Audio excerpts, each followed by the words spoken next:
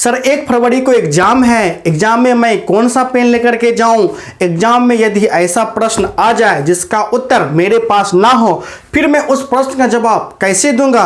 तो प्यारे बच्चों टेंशन नहीं लेना है, क्योंकि मैं हूं ना। आज मैं आपको बताऊंगा जो 1 फरवरी को एग्जाम हो रहा है, उस एग्जाम को आपको इस प्रकार देना है जिससे आपको हर विषय में 100 में 100 नंबर मिलेंगे। 100 में 100? क्या सच में 100 में 100 नंबर आते हैं? बिल्कुल प्यारे बच्चों, 100 में 100 नंबर भी आते हैं। बहुत ऐसे छात्र हैं जिनको 12th में 10th में 100 में 100 आए हैं। तो वे बच्चे कैसे 100 में 100 लाते हैं, उनका सभी बातें का जानकारी मैं आपको दूंगा, जिससे आपको भी 100 में 100 नंबर मिलेंगे। तथा आपको यदि एग्जाम में नहीं आता है कुछ प्रश्नों का उत्तर, आपको किस प्रकार देना है जिससे आपको नंबर अधिक से अधिक आए। ठीक है, आपको किस प्रकार से लिखना है जिससे 3 घंटे का एग्जाम बेहद सरल पूर्वक से आप लिख सके, आपका उंगली भी नहीं दुखे। बहुत बच्चे का उंगली दुख जाता है 1.5 घंटे में। तो सारा जानकारी, सारा टिप्स आज मैं आप सभी को दूंगा। यदि आज इस वीडियो को आप स्किप कर दिए तो यह जिंदगी का आपके सबसे बड़ा भूल होगा, इसलिए आप मेरे इस वीडियो तक बने रहें। यदि आप आज इस वीडियो तक अंत तक देख लिए तो सच में आपका जो नंबर है काफी अच्छा आएगा, और जिस कारण आप मुझे अपने बुढ़ारी तक याद करिएगा। जब जब उस नंबर को 12th का मार्कशीट नंबर देखिएगा, आप मुझे याद करिएगा कि एक यूट्यूब वाले सर थे मुकेश सर, जिन्होंने मुझे टिप्स बताए, तो जिसके कारण मेरा जो नंबर है आज काफी अच्छा आया है। ठीक है, तो प्यारे बच्चों, सर्वप्रथम 1 फरवरी से एग्जाम बिहार बोर्ड कक्षा 12वीं का प्रारंभ हो रहा है। आप सभी को जान ही गए हैं, एग्जाम भी जाएंगे देने के लिए। तो सर्वप्रथम आता है सबसे बड़ा, देखिए एग्जाम में किसका रोल होता है? लिखने का। लिखता कौन है? पेन लिखता है। कौन लिखता है? तो पेन। तो बहुत बच्चा स्टैंडर्ड होता है कि नहीं एग्जाम में महंगा पेन लेकर के जाएंगे, भारी भरकम, वैसा नहीं करना है। आपको यदि एग्जाम में अच्छा नंबर लाना है, सभी प्रश्नों को जवाब देना है, तो आपको जो पेन का चयन करना है वह पेन कैसा होना चाहिए? तो प्यारे बच्चों, पेन हल्का होना चाहिए। यानी आपको एग्जाम में कौन सा पेन लेकर के जाना है? हल्का पेन। हल्का पेन का देखिए फायदा क्या होता है? हल्का पेन का यह फायदा होता है, देखिए हल्का पेन कुछ इस प्रकार से होता है। ये बहुत बच्चे सस्ता पेन है 3 रुपए में आता है। ठीक है, इस तरह का पेन का जो फायदा यह होता है, आप जब लिखिएगा तो इस पेन का वजन कम होने के कारण आपका जो उंगली है, उंगली में दर्द नहीं होगा, तो जिसके कारण आप लंबे समय तक लिख पाएंगे। क्योंकि आर्ट्स में तो लिखना पड़ता है, जितना अच्छे से लिखिएगा उतना ज्यादा नंबर मिलेगा आपको। ठीक है, तो इसलिए आपको सर्वप्रथम पेन में भारी पेन का चयन नहीं करना है, हल्का पेन का चयन करना है, जिससे आप लंबा क्या कर सके, बिना थके लिख सके। उंगली में दर्द नहीं होगा तो बेहद अच्छे से राइटिंग बैठा करके लिखेगा। दर्द हो जाएगा तो क्या होगा, अच्छे से आप लिख नहीं पाइएगा। ठीक है, तो पेन कैसा होना चाहिए? तो हल्का पेन होना चाहिए। ये हो गया टिप्स नंबर 1। दूसरा, पेन नया चकाचक नहीं होना चाहिए। पेन तो होना चाहिए, लेकिन एग्जाम में ले जाने से पहले कुछ लिखा हुआ होना चाहिए। ठीक है, यानी कि थोड़ा सा लिख लीजिएगा घर पर ही, जिससे जब एग्जाम में आप जाइएगा तो पेन काफ़ी अच्छी चले। पेन क्या चले? तो पेन काफ़ी अच्छी चले। समझ गए? तो पहला पॉइंट हम आपको प्यारे बच्चों पेन के बारे में बता दिए। यह काम आपको अवश्य रूप से करना है। हल्का पेन लेना है, घर पर कम से कम 3-4 पन्ना लिख देना है, जिससे बॉल काफ़ी अच्छा हो जाए और लिखने में अच्छा लगे दिखने में। ठीक है, जब वो लिखेगा फिर वो, क्योंकि नया नया रहेगा तो हल्का सा पतला पतला रहता है, कुछ राइटिंग बेकार सा लगता है। तो चली हुई पेन आपको लेकर के जाना है एग्जाम में, हल्का पेन लेकर के जाना है। समझ गए? दूसरा पॉइंट प्यारे बच्चों आपको क्या करना है, ये तो हो गया पेन के बारे में। ठीक है, इस प्रकार से पेन लेकर। अब सर्वप्रथम जब पहले प्रश्न आएगा, पहले क्या आएगा? प्रश्न आएगा। प्रश्न जैसे ही आएगा तो आपको क्या करना है? प्रश्न को 2 बार पढ़ना है अच्छे से। कितने बार प्यारे बच्चे पढ़ना है? 2 बार। 2 बार पढ़ने के बाद आपको देखना है कि किस प्रश्न का उत्तर आपको सबसे बेहतरीन आता है। मान लीजिए प्रश्न की संख्या 1, 2, 3, 4, 5 से लेकर के 30 तक। ये प्रश्न की संख्या है। इस प्रश्न में मुझे सबसे अच्छा आता है 3 नंबर, ठीक है, यानी कि सबसे 3 नंबर का जवाब हमको बहुत अच्छा आता है। मुझे विश्वास है यदि मैं 3 नंबर में लिखूंगा ना तो सर कोई भी सर चेक करेगा 2 में 2 नंबर दे देगा लघु में, उसके बाद 5 नंबर आता है, फिर 2 नंबर आता है। तो प्यारे बच्चों, आपको क्या करना है कि आपके उत्तर पुस्तिका पे उस प्रश्न का जवाब पहले देना है जिसका उत्तर आपको सबसे अच्छा आता हो, ठीक है। तो हम क्या करेंगे कि सबसे पहले 3 नंबर बनाएंगे। कौन नंबर बनाएंगे? 3 नंबर। आपको क्रम से नहीं चलना है। आपको जैसे क्रम 1 2 3 4 है ना, अब आपको 1 नंबर उतना अच्छे से नहीं आता, घिचर पिचर करके आता है, तो क्रम में 1 नंबर से बनाइएगा। तो इससे क्या होगा?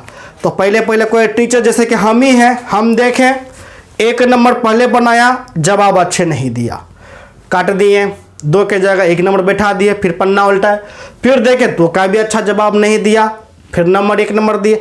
अब मेरा मेंटलिटी क्या हो गया? ये तो पहला भी जवाब गड़बड़ दिया, दूसरा भी जवाब गड़बड़, तीसरा भी जवाब गड़बड़। अब यदि चौथा भी आप अच्छा जवाब दीजिएगा ना तो हम बिना देखे हल्का से हमको क्या लगेगा कि बच्चा उतना पढ़ने वाला नहीं है। बच्चा उतना पढ़ने वाला नहीं है, ठीक है।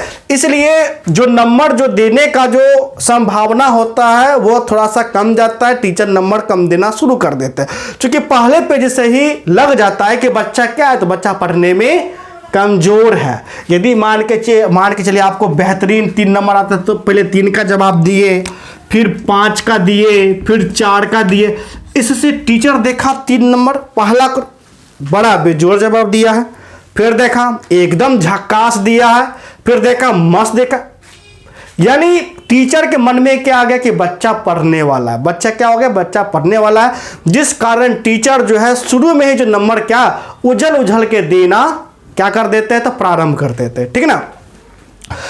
ऊपर से जो भी टीचर जो नंबर जो काटते हैं वो पहले ही पेज से वो काटते हैं, अंतिम वाले पेज में वो नंबर देना स्टार्ट कर देते हैं, ठीक है ना। तो आपको क्या करना है कि शुरू में वैसे प्रश्नों को जवाब देना है जिसका उत्तर आपको काफी अच्छे से आता हो, ठीक है। चाहे आपको क्रम से लिखे क्रम से नहीं लिखे, कोई इससे फर्क आपको नहीं पड़ता है, ठीक है। अब जो भी उत्तर देना है तो कोशिश करिएगा कि अपनी भाषा में दीजिएगा। हालांकि आपको मैंने जो क्वेश्चन आंसर करा वो आपको काफी है, ठीक है। तो इसको तो आप तो समझ गए, कोई दिक्कत नहीं। अब ये हो गया दूसरा। तीसरा पॉइंट, अब उत्तर देते समय आपको क्या करना है, कम से कम 4-5 पेज, कम से कम 4-5 पेज आपको क्या करना है, राइटिंग बैठा के लिखना है। यानी सुंदर सुंदर राइटिंग में बैठा करके 4-5 पेज कम से कम सुंदर राइटिंग में लिखना है। क्योंकि कहावत है ना, first impression is the last impression.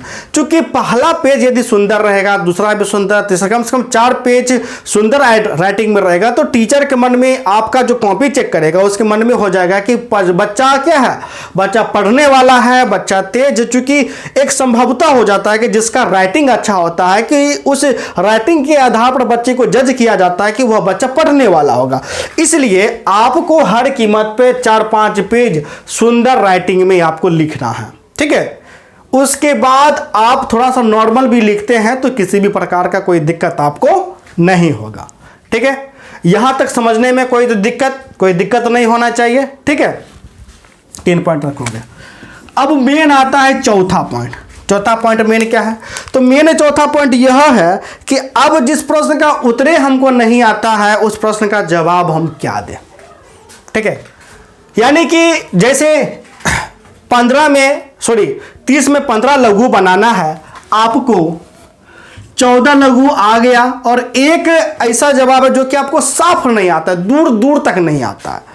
तो आपको क्या करना है कि सभी प्रश्नों को देखना है। उस प्रश्न को में से देखिएगा कि कौन सा ऐसा प्रश्न है जिसके बारे में हम थोड़ा बहुत भी जानते हैं या फिर मेरा दिमाग काम करता है, थोड़ा बहुत भी सोच पाता है। अब जिसके बारे में थोड़ा बहुत भी जानते हैं उसको क्या कर देना है, तो लिख देना है।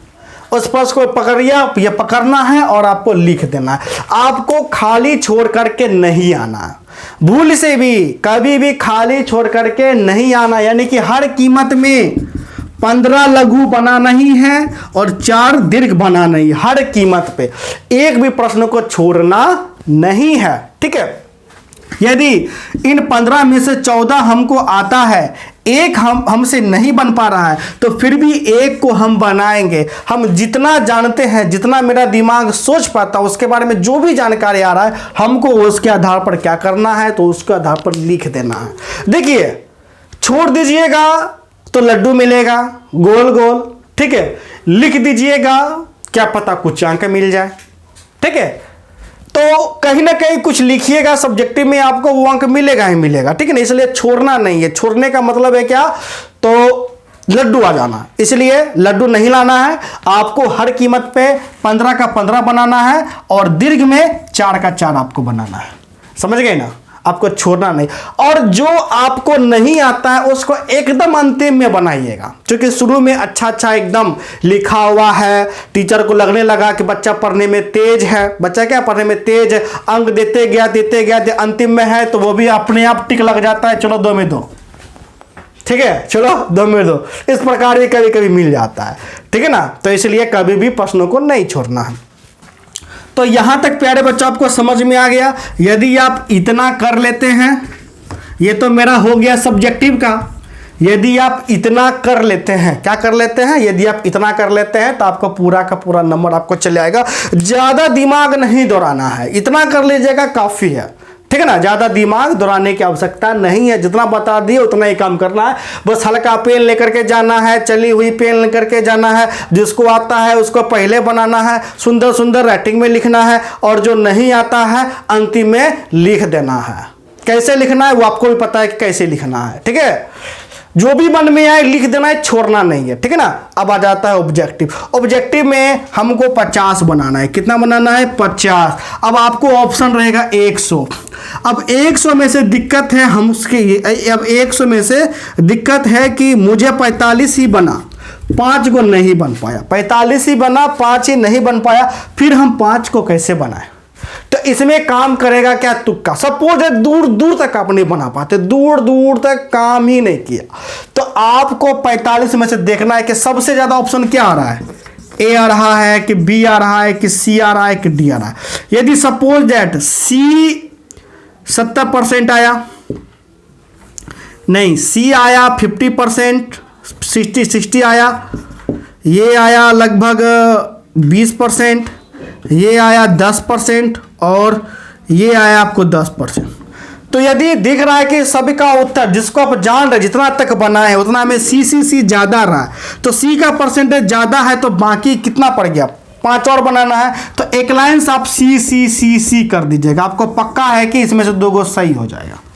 ठीक है, ऐसा देखा गया, ऐसा हो भी सकता है नहीं भी होगा, ऐसा हो भी सकता है नहीं भी होगा। मैं बस एक बताया हूं, यदि आपको नहीं आता है तो ठीक है। अब साफ नहीं आता है तो तुक्का आप मारिएगा ना, कोई ए मार देगा, कोई बी मार देगा, कोई अलग अलग मार दीजिएगा, तो ये तो पक्का है कि गड़बड़ी हो जाएगा, 0 ही चलाएगा।